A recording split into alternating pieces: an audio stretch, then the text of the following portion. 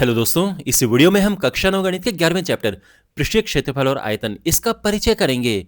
तो इस वीडियो में आप इस चैप्टर के सभी कॉन्सेप्ट सीखेंगे, सारे फॉर्मूले आप सीखेंगे जो जो इस चैप्टर में है। और इस वीडियो को देखने के बाद आपके सभी कॉन्सेप्ट एकदम अच्छे से स्ट्रांग हो जाएंगे। आपको इस चैप्टर के क्वेश्चंस करने में फिर कोई प्रॉब्लम नहीं होगी। इस चैप्टर के बाकी वीडियोस के लिए डिस्क्रिप्शन बॉक्स में प्लेलिस्ट चेक करें, जिसमें आपको एक्सरसाइज के सॉल्यूशंस मिल जाएंगे और उदाहरण के सॉल्यूशन मिल जाएंगे। इंपॉर्टेंट क्वेश्चंस भी उसमें आपको उनके वीडियोस मिल जाएंगे। और अगर अभी तक आपने इस चैनल को सब्सक्राइब नहीं किया है तो चैनल को सब्सक्राइब करें और अपने दोस्तों के साथ ये वीडियो जरूर शेयर करें। तो शुरू करते हैं। ऑलराइट, तो देखो इस चैप्टर में अगर मेन टॉपिक की मैं बात करूं तो ये दो टॉपिक आपके पास हैं इस चैप्टर में, शंकु और गोला। शंकु का पृष्ठीय क्षेत्रफल और आयतन, गोले का पृष्ठीय क्षेत्रफल और आयतन, ये दो चीजें आपके पास हैं।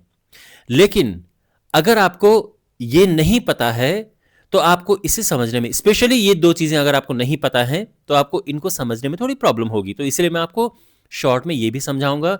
और हाँ, इस चैप्टर में आपके पास घन घनाभ नहीं है, बेलन नहीं है, लेकिन मैं आपको फॉर्मूले बता दूंगा क्योंकि आपको आने जरूरी हैं। आपको अगले साल जब आप आगे जाएंगे तो आपके काम आएंगे। तो मैं आपको थोड़ा फॉर्मूले बता दूंगा, लेकिन विस्तार में आपको मैं ये चीजें समझाऊंगा जो आपके सिलेबस में है, और ये तो आपको आना ही आना चाहिए। ठीक है, देखो ये टॉपिक क्या है जिनके लिए मैं कह रहा हूं कि ये भी आपको आने जरूरी है, तभी आपको ये अच्छे समझ आएंगे। ये है 2D और 3D आकृतियां, दो विमाओं और तीन विमाओं वाली आकृतियां। ये आपको समझना जरूरी है कि क्या क्या होती हैं। उसके बाद फिर वर्ग, आयत, त्रिभुज, वृत्त, इसके फॉर्मूले आपको पता होने चाहिए, क्योंकि अगर आपको ये नहीं पता है तो आपको इसमें प्रॉब्लम होगी। भाई शंकु में भी कई बार वृत्त बनता है। भाई जब शंकु बनता है तो वृत्त के ऊपर ही तो ये बनता है इस तरह से। ठीक, इसके बाद फिर एक यहां पर त्रिभुज भी बनता है अगर हम बात करें ये इस तरह से। तो अगर आपको ये फॉर्मूले नहीं आएंगे तो आपको फिर ये समझने में भी प्रॉब्लम होगी। इसलिए मैं ये कह रहा हूं कि आपको ये आना भी जरूरी है, तब जाके आप ये चीज अच्छे से और अच्छे से समझ पाएंगे। ठीक है, तो शुरू करते हैं, इन टॉपिक्स को वन बाय वन कवर करते हैं। तो सबसे पहले जो आपके पास ज्यामितीय आकृतियां होती हैं, ज्योमेट्रिकल शेप्स जिन्हें हम कहते हैं, वो दो प्रकार के होते हैं। तो दो प्रकार की आकृतियां होती हैं। एक तो है 2D यानी जो दो, टू डायमेंशनल, ठीक है, दो विमाओं में, और एक है 3 डायमेंशनल, तीन विमाओं में। देखो डायमेंशन का मतलब ये है कि किस ओर समझ सकते हैं, किस दिशा में समझ सकते हैं। अगर अगर कोई चीज, देखो हमारे पास होता है, एक लंबाई होती एक चौड़ाई होती है और एक ऊंचाई होती है ना। लंबाई है, चौड़ाई है, ऊंचाई है, तो अलग अलग विमा होगी। अगर मैं केवल लंबाई लंबाई की बात करूं तो वो एक विमा होगी। किसी में लंबाई और चौड़ाई दोनों हैं तो वो दो विमाएं होगी फिर। ठीक, किसी में लंबाई चौड़ाई के साथ में ऊंचाई भी है। अब ऊंचाई दिखाना थोड़ा सा मुश्किल है इसमें, क्योंकि ये ऊंचाई होगी, ठीक है ना, जैसे ये है, तो ये समझ लो आप। तो ये फिर तीन विमाएं होगी इस तरह से। तो ये विमाएं होती हैं। अच्छा, अगर मैं बात करूं, अगर आप ये पूछेंगे क्या कोई ऐसी चीज है जिसमें कोई विमा ही नहीं होती है, तो यस माय डियर, बिंदु। बिंदु एक ऐसी चीज है जिसकी कोई विमा नहीं होती है। इसकी कोई विमा नहीं होती है, ना इसकी लंबाई होती है, ना चौड़ाई, ना ऊंचाई। तो बिंदु की कोई विमा नहीं होती है। अच्छा ध्यान रखना, ठीक है, आप नोट करते जाओ, बिंदु की कोई विमा नहीं होती है। अब क्या कोई चीज एक विमा की होती है जिसको हम वन डायमेंशनल कहते हैं? एक विमा, one dimension, okay, one dimensional. तो ऐसी चीज जिसमें केवल लंबाई हो, तो रेखा, रेखा एक विमा में होती है। देखो रेखा में दोनों तरफ ये होता है बना हुआ, ठीक है ना। ये है एक विमीय चीज, एक विमीय आकृति। अगर मैं, ये रेखा है, अगर मैं बात करूं किरण की, ये किरण ये होता है कि एक अंत बिंदु होता है और ये यहां तक यहां चलता जाता है। ये भी एक विमा की चीज है, एक विमीय आकृति है किरण। अगर मैं दोनों तरफ ऐसे बना दूं तो इसको हम कहते हैं रेखाखंड, लाइन सेगमेंट। ये भी एक विमा में है। तो आपने देखा, क्योंकि इसमें केवल और केवल लंबाई ही है, तो ये है एक विमा। अब ऐसी चीज ध्यान, ये नोट कर लो आप, एक विमा में कौन कौन से हैं। चलो, फिर है दो विमाएं, टू डायमेंशन। दो विमाओं में क्या क्या होता है। अब इसमें क्या है, अब ऐसी कोई भी चीज जो चपटी है, जिसमें हम इधर भी जा सकते हैं और ऊपर भी, इस तरफ भी जा सकते हैं, तो वो कौन सी चीजें हैं। तो जैसे मान लो कि जैसे एक आयत है। आयत दो विमाओं की आकृति है, क्योंकि इसमें आप इधर भी जा सकते हैं और इसमें इधर भी जा सकते हैं। एक विमा में आप ऊपर नहीं जा सकते, केवल इधर ही जा सकते हैं, या तो आप आगे जाओ या पीछे जाओ। विमा में, इसमें दो विमा में क्या है, आप आगे पीछे भी जा सकते हैं और इधर उधर भी ऐसे भी जा सकते हैं। तो ये क्या हो गया, ये टू डायमेंशनल हो गया, दो विमाओं में है ये। तो इसमें कौन कौन से, इसमें आयत है, इसमें वर्ग भी है, जो भी चपटी आकृतियां होती हैं, चपटी बिल्कुल जो इस ऐसे, इसमें वृत्त भी है, इसमें चतुर्भुज वगैरह, त्रिभुज, ये सब आप देखते ही हैं, त्रिभुज है, चतुर्भुज है, ये सभी दो विमाओं की आकृतियां हैं। ओके, इसके अलावा अगर मैं कोई चीज़ ऐसी बनाता हूं तो ये भी दो विमाओं में है। कोई चीज़ अगर मैं ऐसी ये बना रहा हूं ऐसी, तो ये भी दो विमाओं में है, ठीक है ना। वैसे बिल्कुल एक रेगुलर टाइप की आकृति नहीं है, बट आप समझ रहे हो ना। तो ये दो विमाओं में है, त्रिभुज, चतुर्भुज, ये है दीर्घवृत्त है, वृत्त, वर्ग, आयत, ये सब दो विमाओं में है। तो जो ऐसी चपटी चीज़ होती है, प्लेन, ओके, तो दो विमाओं में क्या क्या, यही समझ गए। अब है तीन विमाओं में, 3D। अब तीन विमाओं में क्या है कि आप इधर जा सकते हो, आप इधर जा सकते हो और आप ऊपर भी आ सकते हो, ठीक है। किसी कोई मैदान है मान लो, उस मैदान में अगर आपको ये कहा जाए कि आप चलो, तो आप या तो इधर जाओगे, आप इधर जाओगे मैदान में, तो आप दो विमाओं में जा रहे हो।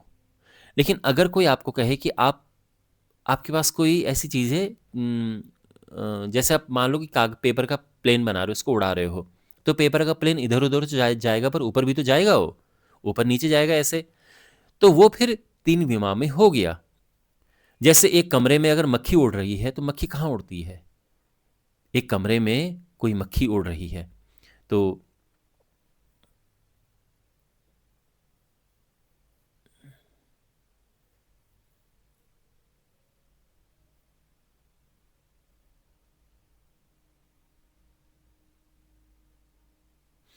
इस तरह से ये है त्रिविमीय आकृति, यानी 3 डायमेंशनल ये फिगर है। तो इसमें आप इधर जा सकते हो, आप उधर जा सकते हो, ऊपर आ सकते हो, समझ गए। अगर मैं बात करूं, इस टाइप की बात करूं, तो आप यहाँ पर इधर जा सकते हो, कोई मक्खी है, वो मक्खी यहाँ से यहाँ भी जा सकती है, मक्खी यहाँ से यहाँ भी जा सकती है, ऊपर भी उड़ सकती है। तो ये तीन विमा की आकृति हो गई। और यहाँ पे जो आकृति बनी है, ये घन है, इसको हम घन कहते हैं, ठीक है ना, क्योंकि इसकी लंबाई चौड़ाई ऊंचाई बराबर है। अगर मैं यहाँ पर एक आकृति इस तरह से बनाऊं,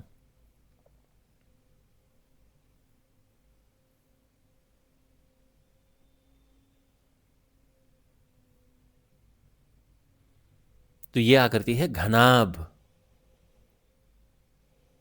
घनाभ, ठीक है। मतलब आप समझ रहे हैं ना, तीन विमाओं की आकृति कौन सी है। कोई भी चीज जिसमें लंबाई चौड़ाई कोई, उसको हम सॉलिड चीज कहते हैं, सॉलिड फिगर्स, ठोस आकृतियां। तो आपको आइडिया लग रहा है कि टू डायमेंशनल यानी दो विमा और तीन विमाओं की आकृतियों में क्या अंतर है। तो यहां पर मैं फिर आपको ही समझा रहा हूं कि जैसे कोई कोई मैदान है, और उस मैदान में आप, कोई घास काट रहा है, कोई चल रहा है मैदान में, ठीक है ना, इस तरह से। तो ये सब दो विमाओं में काम हो रहा है। लेकिन कोई कमरा है, और कमरे के अंदर मान लो कि हवा है, तो अब हवा तो पूरे चारों तरफ ऐसी है ना, इधर उधर ऊपर नीचे, तो फिर ये होगी तीन विमाओं में। तो अब ओके, इसके बाद कौन सी आकृति है, तो यहां पर देखो, गोला। अब देखो गोला, अगर मैं ऐसे चित्र बनाऊंगा तो आपको ये लगेगा कि ये क्या है, ये दो विमाओं में ही है। तो अब गोले का चित्र कैसे बनाया जाए, ये बड़ा मुश्किल है इसका चित्र बनाना ऐसे में, ठीक है ना। इसको मैं एक बॉल का आकार देता हूँ ताकि थोड़ा सा लगे कि ये ठीक है। तो ये एक बॉल है और ये 3 विमाओं में सॉलिड चीज़ है, ठीक है? ये चपटी चीज़ नहीं है। अगर चपटा होता तो वो 2 विमा में आ जाता। कोई जैसे सीढ़ी टाइप की होती है या कुछ ऐसे ना चपटी, लेकिन ये एक कोई ठोस चीज़ है ऐसे। इसके बाद है अगली आकृति इसमें है शंकु।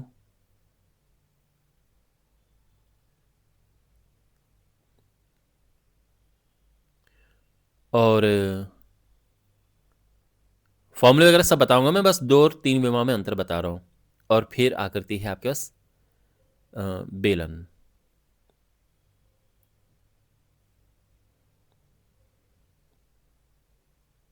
तो ये भी 3 विमाओं में है, क्योंकि आप देख सकते हैं इसमें लंबाई है, इसमें चौड़ाई है, ठीक है ना? मतलब इधर ऐसे में भी है, इधर है, इधर है, तो ऐसे ऐसे तो है, लेकिन ऊपर भी है। तो ये 3 विमाओं में हो गया है। तो ये जो आकृतियां हैं, ये 3 विमाओं की आकृतियां हैं, 3 डायमेंशनल 3D फिगर। आसान भाषा में इनको 3D बोलो। और ये है 2D में, ओके। और अगर कोई एक ही तरफ जा रहा है आगे पीछे, बस केवल आगे पीछे, तो वो 1D हो गया है। तो ये समझो कि जैसे स्कूल में जब पंक्ति में खड़े होते हैं प्रार्थना के समय, जैसे असेंबली वगैरह में खड़े होते हैं ना स्टूडेंट्स पंक्ति में, तो वो 1 डायमेंशन होगी। एक पंक्ति की अगर मैं बात करूं तो पंक्ति हो गई 1 डायमेंशन में। तो ये 1 डायमेंशन है, क्योंकि बिल्कुल एक ही लाइन में होती है। अब अगर क्लास में बच्चे बैठे हैं, क्लास में अगर बच्चे बैठे हैं, तो क्लास में बच्चे ऐसे भी बैठते हैं, ऐसे में भी होते हैं, तो पूरे बच्चे ऐसे फैले होते हैं। तो ये 2 डायमेंशन में हो गया, 2 विमाओं में हो गया, ठीक है। जैसे कक्षा में बच्चे बैठे होते हैं ना, कि ऐसे में भी बैठे हैं और ऐसे में भी बैठे हैं, तो ये इस तरह से है ये। और जैसे ट्रेन के डब्बे में होते हैं लोग, तो ट्रेन में कैसे होते हैं? ट्रेन में ऐसे में भी बैठे होते हैं और ऐसे में भी बैठे होते हैं, मतलब तो ये हो गया। लेकिन कुछ लोग ऐसे में भी बैठे होते हैं ऊपर, है ना, जो ऊपर वाली बर्थ होती है। तो यहाँ पे लोग जो हैं वो 3 डायमेंशन में 3D की तरह बैठे हैं, आप ये समझ लो। तो ये मैं आपको आसान तरीके से समझाने का प्रयास कर रहा हूँ, और मुझे उम्मीद है कि मैं आपको समझा पाया होऊंगा कि शून्य विमा, जो कि मैंने आपको बताया था, 0 डायमेंशन, जो कि मैंने बात की थी बिंदु की, पॉइंट। फिर 1 विमा रेखा, किरण, रेखाखंड। 2 विमा आयत और वृत्त, ये सब। और 3 विमा घन, घनाभ, गोला, बेलन, आयतन, ये बेलन और ये शंकु वगैरह, ठीक है ना? अच्छा, जब फॉर्मूले आपके पास होते हैं, तो जब बात होगी पंक्ति की, तो उसमें आपको कभी भी नापने को मिलेगा तो ज्यादा से ज्यादा आपको लंबाई नापनी पड़ेगी, बस कि लंबाई क्या है, लंबाई बताओ, इसके अलावा नहीं। जब 2D की बात आएगी तो आपको क्या क्या करने को मिलेगा? आपको यहां पर एक तो लंबाई, तो इसमें इसकी लंबाई हो सकती है, इसकी चौड़ाई भी हो सकती है, साथ में इसकी परिमाप भी हो सकती है, वो भी एक तरह से लंबाई होगी। लेकिन इसके साथ साथ आपको इसका क्षेत्रफल भी ज्ञात करने को मिल सकता है, कि क्षेत्रफल ज्ञात करो। तो आपको इसका क्षेत्रफल ज्ञात करना होगा कि कितनी घास हम इस मैदान में लगा सकते हैं, ओके। अगर मान लो कि हमने यहाँ पर एक फर्श है, उस पर टाइल लगानी है, तो उसका क्षेत्रफल क्या होगा, ये हम यहाँ पर करते हैं। तो जो 2D फिगर होते हैं, उसमें हम लंबाई या परिमाप या परिधि ज्ञात करने के अलावा हम क्षेत्रफल ज्ञात करते हैं। जो 3D फिगर हैं, इसमें हमारे पास लंबाई चौड़ाई तो होगी कि लंबाई चौड़ाई ऊंचाई जो है, लंबाई है, चौड़ाई है, ऊंचाई, ये तो है ही है। साथ में इसमें क्षेत्रफल भी होता है, जिसको कि हम पृष्ठीय क्षेत्रफल कहते हैं, कि इसमें बाहर से अगर पेंट करना हो तो कितना पेंट लगेगा, कितने क्षेत्रफल पर पेंट लगेगा, तो उसको हम पृष्ठीय क्षेत्रफल कहते हैं, है ना? जैसे मान लो कि गोला है, गोले का पृष्ठीय क्षेत्रफल, यानी बाहर से अगर इसमें पेंट करना हो तो कितना पेंट करना होगा, तो वो होता है पृष्ठीय क्षेत्रफल। तो जब भी हम 3D आकृतियों में निकालते हैं, तो लंबाई चौड़ाई ऊंचाई के अलावा पृष्ठीय क्षेत्रफल होता है, और इसके अलावा होता है इसका आयतन, कि मान लो कि ये टंकी है, इसमें पानी भरना है, कितना पानी भरेगा। मान लो कि लोहे की एक बॉल बनानी है, कितना लोहे का इस्तेमाल होगा, ये आयतन है। तो इसमें इसके अलावा क्षेत्रफल और आयतन हमें ज्ञात करने को मिल सकता है।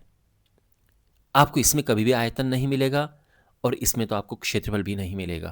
तो अब आप समझ गए, इस तरह से आपके पास ये है।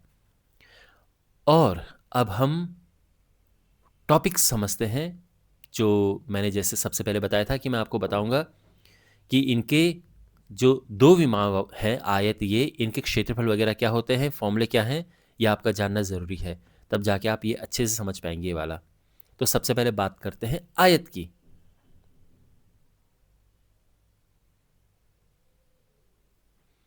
आयत आकृति आप जानते हैं, ये है। यहाँ पे ये होती है इसकी लंबाई, इसका सिंबल L होता है, चौड़ाई इसका सिंबल B होता है। ठीक, तो इसमें आयत में देखो क्या क्या चीज़ें हो सकती हैं। आयत में होता है एक तो इसका परिमाप,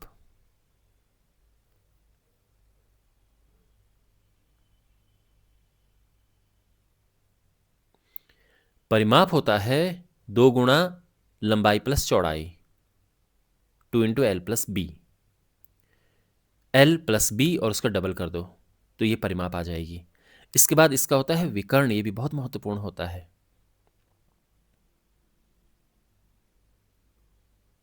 विकर्ण, विकर्ण होता है root L square plus B square, और इसके बाद होता है इसका क्षेत्रफल। क्षेत्रफल होता है लंबाई गुणा चौड़ाई, सिंपल। ठीक, फिर अगली आकृति है वर्ग। वर्ग एक ऐसी आकृति है, आयत की तरह है, लेकिन इसमें लंबाई चौड़ाई बराबर होती है। तो मान लो कि इसकी जो लंबाई है, चौड़ाई बिल्कुल a है, ये भी a, ये भी a, तो इसकी परिमाप, तो परिमाप simply a plus a plus a plus a, चारों को जोड़ देंगे तो 4a हो जाएगा, 4 गुणा भुजा। इसके अगर मैं विकर्ण की बात करूं तो विकर्ण होता है इसका a रूट 2, a रूट 2। अगर मान लो कि भुजा है 10 तो विकर्ण हो जाएगा 10 रूट 2। और इसका क्षेत्रफल ये होता है, क्षेत्रफल है भुजा का वर्ग, भुजा का वर्ग। ठीक, फिर है वृत्त।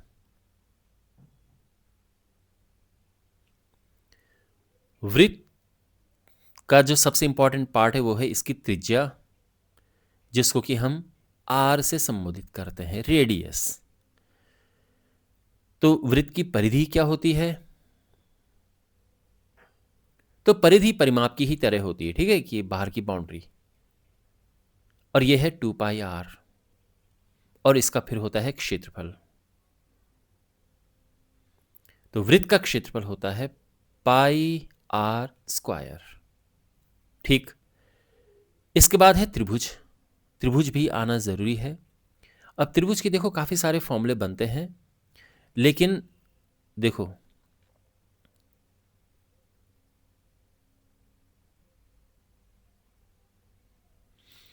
त्रिभुज के अगर मैं क्षेत्रफल की बात करूं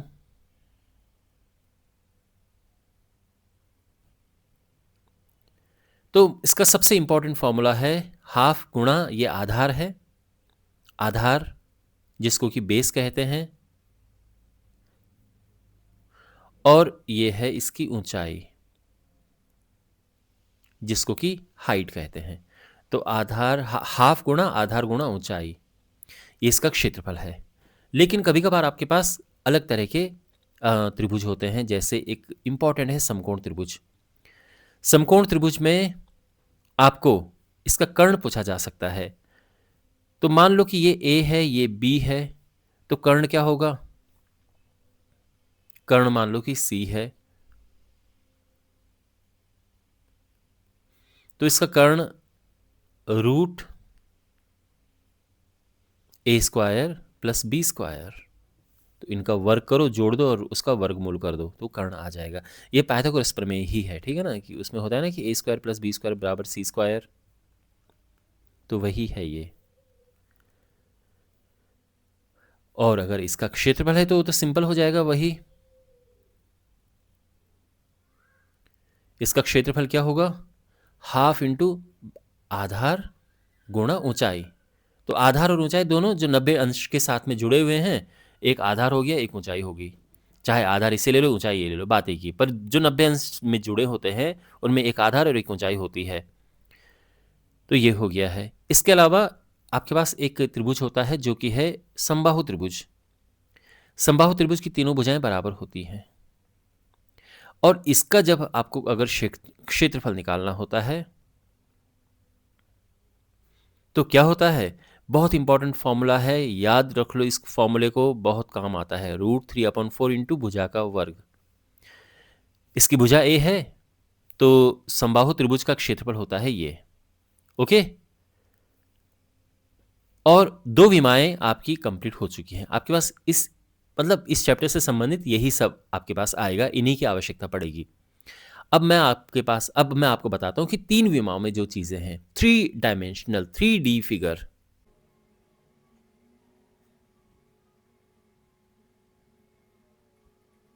ओके, 3D फिगर्स। सबसे पहले घन, घनाभ, बेलन। क्विकली मैं आपको इसके फॉर्मूले बता देता हूं। देखो, घन की भुजा लेते हैं a, घनाभ की लंबाई चौड़ाई b, ऊंचाई h, और जो बेलन है इसके इंपॉर्टेंट पार्ट होते हैं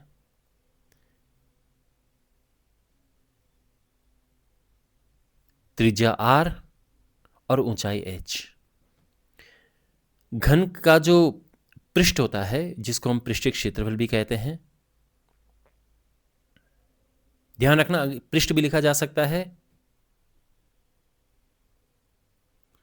और पृष्ठीय क्षेत्रफल, दोनों शब्दों को यूज किया जा सकता है क्षेत्रफल की बात करने के लिए। तो ये इसमें 6 फेसेस होते हैं, एक इधर इधर, फिर पीछे आगे, ऊपर नीचे। तो 6 इंटू भुजा का वर्ग, ये तो उसका क्षेत्रफल हो गया। और आयतन है a का क्यूब, ठीक है ना, क्योंकि ये भी a है, ये भी a है, ये भी a है। a into a into a गुणा a गुणा a की घात 3। घनाभ की अगर बात करें तो घनाभ जो है इसका अगर मैं पृष्ठीय क्षेत्रफल की बात करूं,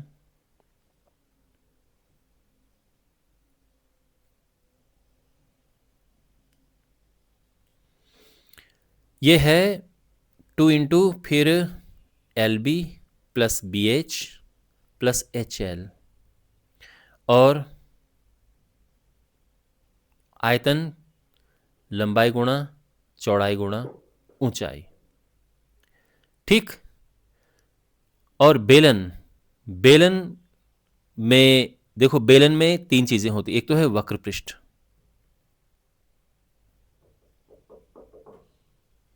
वक्र पृष्ठ होता है जो गोल गोल वाला हिस्सा है, ऊपर नीचे को छोड़कर गोल गोल वाला हिस्सा है, ये होता है 2πRh। फिर होता है संपूर्ण पृष्ठ,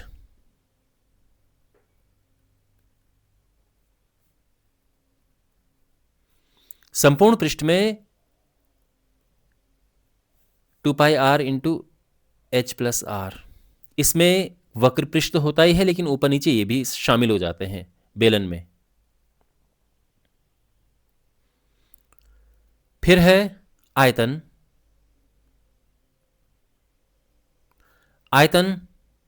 πr²h, यह है आयतन। तो ये क्विकली मैंने आपको ये फॉर्मूले बता दिए हैं, ठीक है। आपके पास सिलेबस में इनसे क्वेश्चन मुझे लगता कि आएंगे, लेकिन पता होना चाहिए। अगर मैं आपको ये नहीं बताता तो ये वीडियो अधूरा सा होता, इसलिए क्विकली मैंने आपको बता दिए। आपको आने ज़रूरी है ये मत समझना कि याद नहीं करने, ये आपको आने बहुत ज़रूरी हैं ये। और जो पुरानी बुक्स थी उसमें इस पे सभी क्वेश्चन से आपके पास हो, तो उन्होंने नई बुक्स में क्या किया, सिलेबस को रिड्यूस कर दिया है। बट इसका मतलब ये नहीं कि आपको ये जानकारी नहीं होनी चाहिए, आगे काम आएंगे आपके ये। लेकिन आपके पास विस्तार पूर्वक 2 चीजें हैं, एक है शंकु और दूसरा है गोला। शंकु देखो, शंकु कैसी आकृति है? एक पिरामिड की तरह आकृति होती है। नीचे ये आधार है, वृत्ताकार आधार है ये, और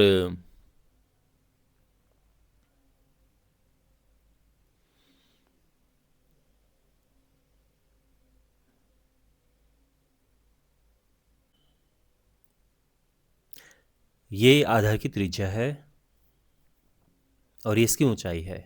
ओके, शंकु, इसका आधार वृत्ताकार होता है, ये त्रिज्या है, ये ऊंचाई है, और इसमें एक और इंपॉर्टेंट बात है, वो है तिर्यक ऊंचाई।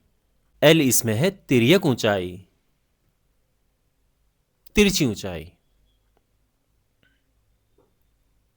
तो समझ गए आप सारी चीजें?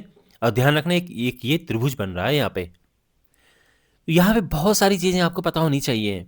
सबसे पहले तो ये है कि इनमें संबंध, अब ये 90 अंश है, तो यहां पर L square is equal to H square plus R square का संबंध है।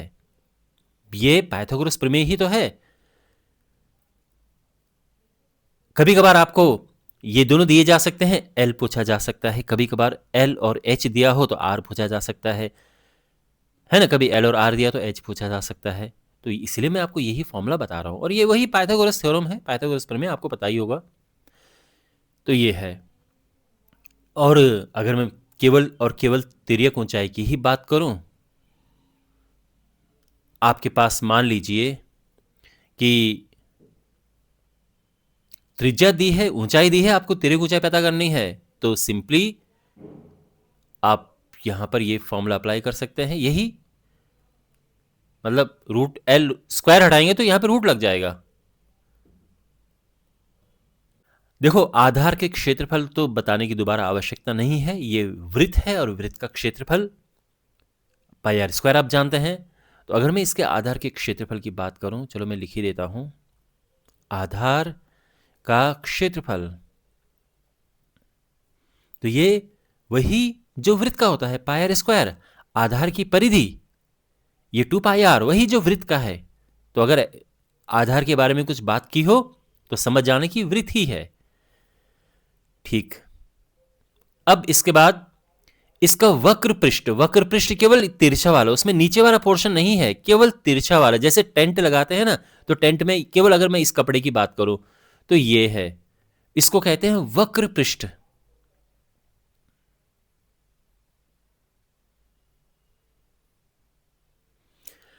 वक्र पृष्ठ होता है पाई आर एल। ये ध्यान रखना, एल इसलिए जरूरत पड़ती है निकालने की। वक्र पृष्ठ जब हमें निकालना हो तो तिर्यक ऊंचाई निकालनी पड़ती है। ये है, तो ये हुआ वक्र पृष्ठ। अब वक्र पृष्ठ में केवल और केवल ये वाला हिस्सा है, ठीक है, जो ये शंकु का ये वाला हिस्सा है, जो ये समझे जैसे आइसक्रीम का कोन उल्टा रखा हो, तो मैं केवल कोन की बात कर रहा हूं। लेकिन जब हम बात करते संपूर्ण पृष्ठ की, संपूर्ण पृष्ठ, तो संपूर्ण पृष्ठ में वक्र पृष्ठ के साथ साथ में आधार का क्षेत्रफल भी आता है।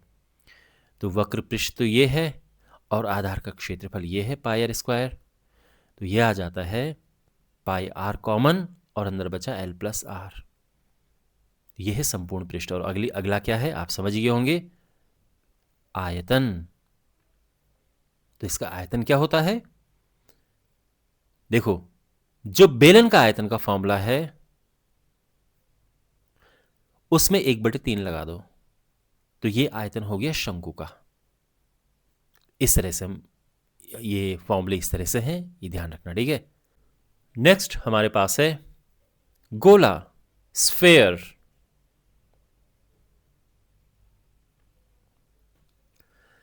तो गोला ये आकृति है और इसमें एक चीज होती है और ये है त्रिज्या।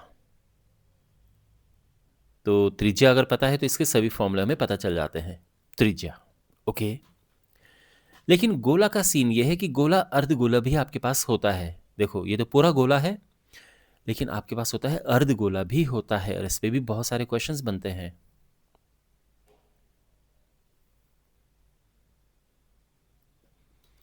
अर्धगोला, ये समझो कि बीच से काट दिया इसको, त्रिज्या आर ऐसे में है,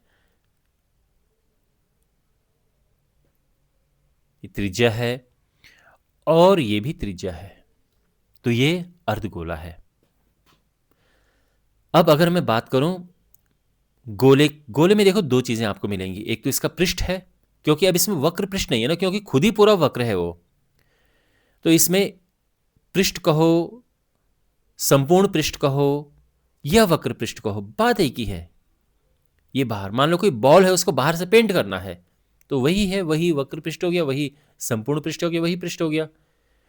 और ये होता है, देखो मैं आपको सिंपली बताता हूं, वृत्त का क्षेत्रफल क्या होता है, पाई आर स्क्वायर होता है ना, उसमें 4 का गुणा कर दो, तो ये समझो 4 वृत्तों को आपस में मिलाकर ये गोला बन गया। आप ऐसा समझ के चलो, तो वृत्त का क्षेत्रफल और उसमें 4 का गुणा कर देना। इसके बाद आयतन, आयतन क्या होता है इसका, तो ये है 4/3 पाई आर क्यूब। ये फॉर्मूला याद रख लेना स्टूडेंट्स, इसमें बहुत गड़बड़ करते हैं, तो ये ध्यान रखना, ठीक है ना। अब आते हैं अर्धगोले पे, अर्धगोला। अर्धगोले पे आप देख सकते हैं कि वक्र पृष्ठ अलग है, वक्र यानी तिरछा पृष्ठ, तो ये वक्र पृष्ठ है, ये वाला हिस्सा, जो ये वाला हिस्सा है ये है वक्र पृष्ठ, ठीक। और ये होता है क्या, अब भाई पूरा जो इसका पृष्ठ है ये 4 पाई आर स्क्वायर है, तो वक्र पृष्ठ में आधा हो जाएगा ये, यानी 2 पाई आर स्क्वायर। लेकिन अब इसमें क्या हुआ, जब हमने काटा तो ऊपर वाली ये भी हमें एक सतह मिल गई है ना, एक सरफेस से भी मिल गई, इसका भी अपना क्षेत्रफल होगा। तो जब हम बात करेंगे इसके संपूर्ण पृष्ठ की,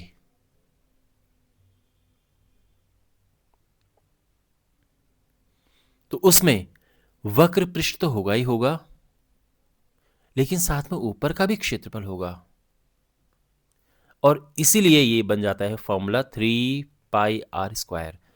तो अर्धगोले का जब वक्र पृष्ठ आपको ज्ञात करना हो, यानी इस तरह से कटा हुआ, केवल और केवल वक्र पृष्ठ, तो ये फॉर्मूला आएगा। संपूर्ण पृष्ठ की केस में ये इसके साथ में ये भी जुड़ जाता है, तो इसलिए 3 पाई आर स्क्वायर हो जाएगा। ओके, और अब इसका आयतन है, आयतन सिंपल है, पूरा आयतन है 4/3 पाई आर क्यूब। अब ये आधा है तो आयतन आधा हो गया इसका, तो 2/3 पाई आर क्यूब। ओके, और इसी के साथ कॉन्सेप्ट का ये वीडियो कंप्लीट होता है। सभी कॉन्सेप्ट, सभी फॉर्मूले मैंने इसमें कवर कर दिए हैं, और इस चैप्टर की जो एनसीईआरटी की एक्सरसाइज है और उसके अलावा उदाहरण के जो वीडियोस हैं, सभी का हल आप अपने सामने प्लेलिस्ट जो देख रहे हैं उस पर क्लिक करें, इस चैनल को सब्सक्राइब करें, अपने दोस्तों को इस चैनल के बारे में बताएं, उनके साथ ये वीडियो शेयर करें। मुझे उम्मीद है कि आपको ये वीडियो अच्छा लगा होगा। कमेंट बॉक्स में लिखें, अपना फीडबैक दें कि वीडियो आपको कैसा लगा है। मिलते हैं अगले वीडियो में, टेक केयर।